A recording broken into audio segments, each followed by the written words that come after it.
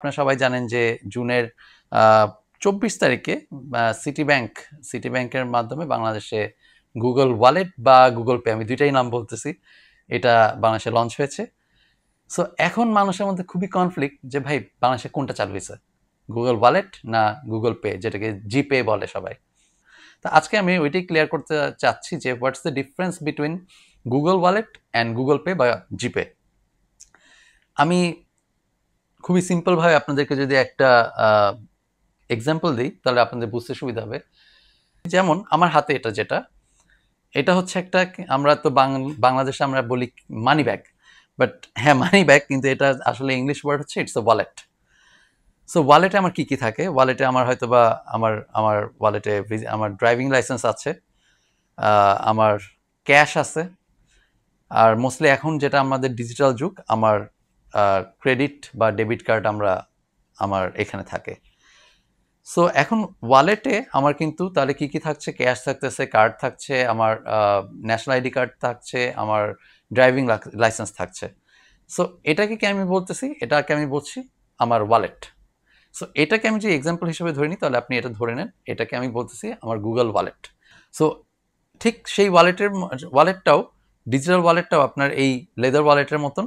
আপনি ওইখানে card, driving licence, NID card, passport, বা আপনার প্লেনের বোর্ডিং পাস বা মুভি টিকিট বা আপনার কনসার্টের টিকিট সব আপনি ওইখানে স্টোর করতে পারবেন। সো ওইটা তাহলে হচ্ছে আপনার গুগল ওয়ালেট, অ্যান্ড এটাও আমাদের লেদার ওয়ালেট। এখন আপনি বলেন ভাই তাহলে গুগল পে কি? গুগল পেটা হচ্ছে যখন আমি ধরেন এই ওয়ালেটটা নিয়ে আমি কোনো একটা সুপার শপে গেলাম, শপিং করলাম, শপিং করার পরে ওয়ালেটটা থেকে আমি আমার কার্ডটা বের করে সেটা এনএফসির মাধ্যমে হোক বা পিনের মাধ্যমে আমি পে করলাম। এই যে আমি কি বললাম, পে করলাম, ঠিক আমার গুগল ওয়ালেটটা যখন আমি ওপেন করে আমার ওইখানে 3-4টা কার্ড, যে কয়টা কার্ড আছে আমি ওইখান থেকে একটা কার্ড সিলেক্ট করে যখন আমি পে করছি, সেটাকে আমি বলছি জিপে বা গুগল পে।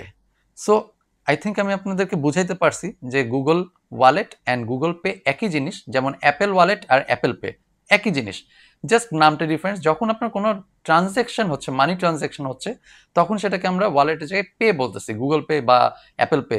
ঠিক যেমন আমি আমাদের ফিজিক্যাল কার্ডের ট্রানজ্যাকশনে যেই পে ইস্যুটা বলতেছি।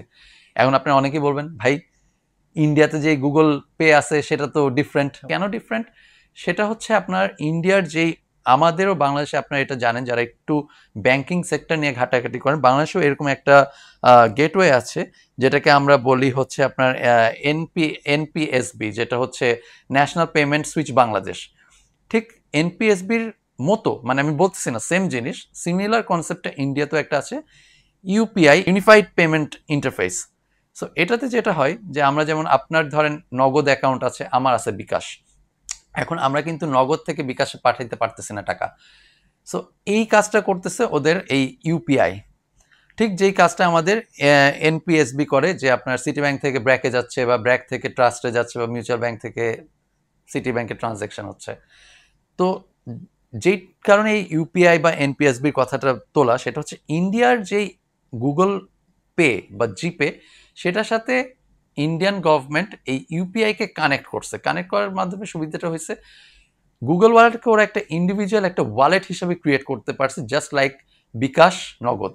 বাংলাদেশেও অনেক সিস্টেম চালু হয় কিন্তু কোনো কিছু আসলে মেনটেন করা হয় না। কিছুদিন আগে নিউজে শুনলাম যে বাংলাদেশে যেটা ইউপিআই এর সিমিলার কনসেপ্টে করা হয়েছিল, যে বিনিময়, সেটা নাকি অফ করে দিচ্ছে, দিয়ে এখন সম্ভবত বর্তমান গভর্নমেন্ট নতুন আরেকটা প্রজেক্ট হাতে নিয়েছেন, সেটা হয়তো খুব সুন আসলে সেই ব্যাপারে জানতে পারবো।